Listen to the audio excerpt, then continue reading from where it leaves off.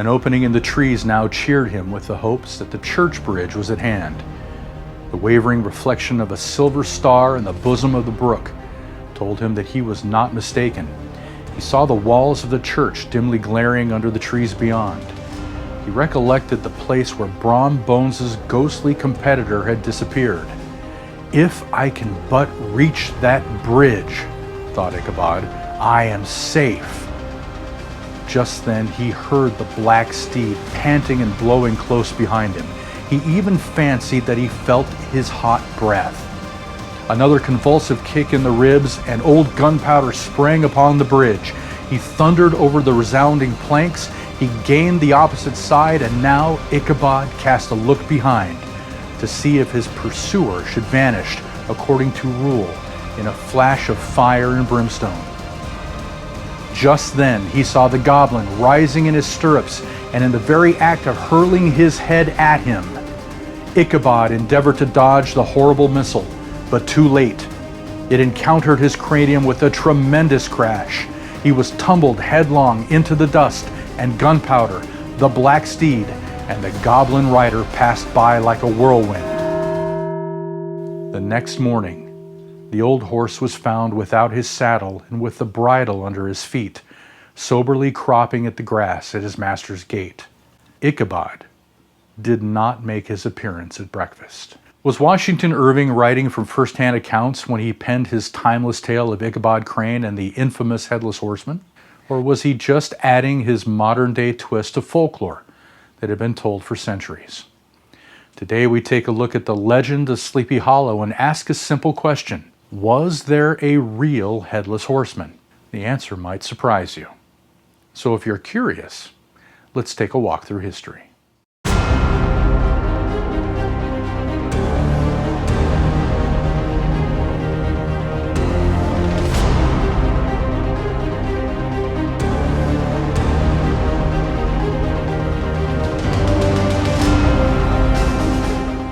The legend of Sleepy Hollow resurfaces every year around Halloween.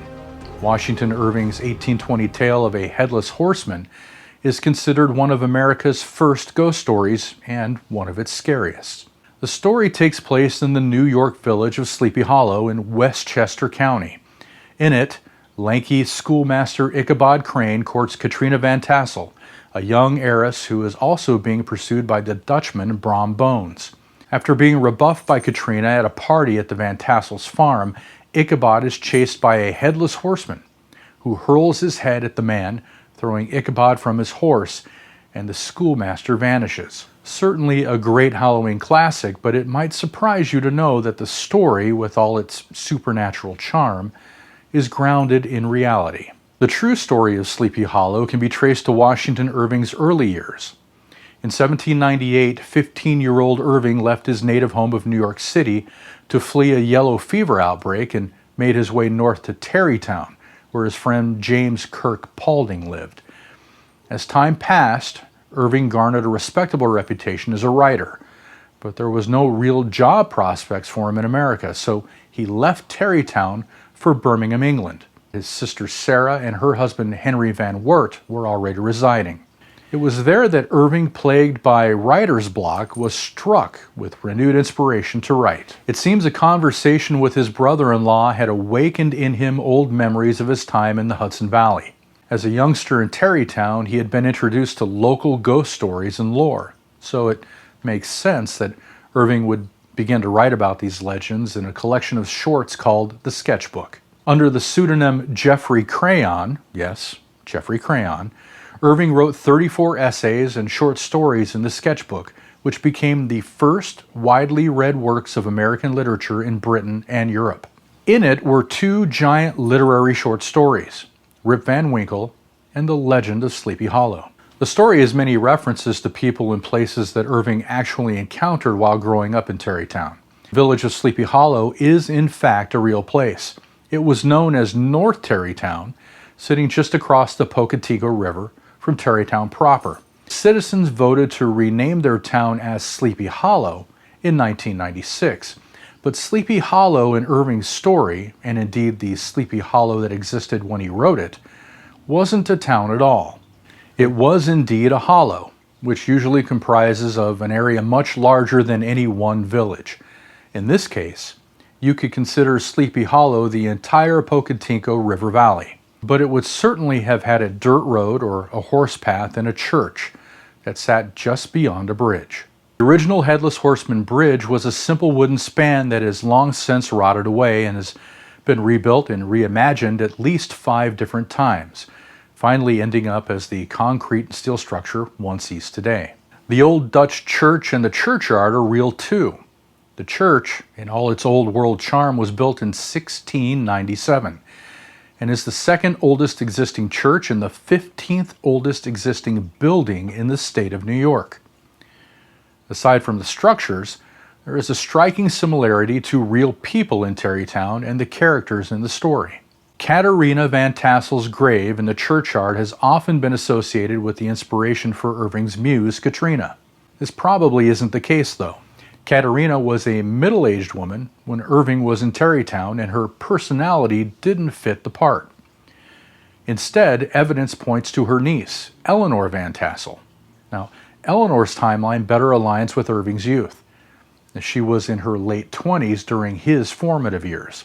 Their families were well acquainted, and it's plausible that Eleanor's vibrant personality and alluring character captured Irving's imagination and served as the inspiration for the enchanting Katrina. In the creation of the character Brom Van Brunt, also known as Brom Bones, Irving drew inspiration from 2 men, both blacksmiths named Brom. The first, and most notable, was Abram Brom Martling, a heroic war veteran who played a crucial role in organizing Tarrytown's defenses during the Revolution. His most daring adventure involved leading a group of followers on a secret mission to burn down a Tory leader's house in retaliation for the burning of the Van Tassel residence in 1777. Their successful return to the Patriot lines turned them into instant heroes. The second Brom was Abram Van Alstyne. This Brom played a prank on schoolmaster Jesse Merwin, tricking him to propose to his long-suffering fiancée, Jane Van Dyke. Merwin, who lacked confidence and was hesitant to pop the question, found himself pursued by a spectral horseman wrapped in sheets one night after leaving Jane's house. Sound familiar? The prankster's cackling laughter revealed his identity, and the prank had the desired effect on Merwin. He took the hint, proposed to Jane, and married her, avoiding a lifetime of similar pranks and teasing. By the way, the schoolmaster Jesse Merwin, if you haven't already surmised, was Irving's inspiration for Ichabod Crane. And then there's the Headless Horseman. According to the New York Historical Society, Irving may have been inspired by an actual Hessian soldier who was decapitated by a cannonball during the Battle of White Plains around Halloween 1776. General George Washington's inexperienced army was in full retreat after suffering a crushing defeat at the Battle of Long Island. He ordered his troops to prepare a hasty defense near White Plains. There, on the eve of Halloween, American forces engaged a combined force of British and Hessian soldiers. Lieutenant Ephraim Fenno assumed command of a lone artillery battery on top of a hill overlooking White Plains. Fenno fired a single cannonball at advancing Hessian troops, decapitating one of them and effectively ending the assault.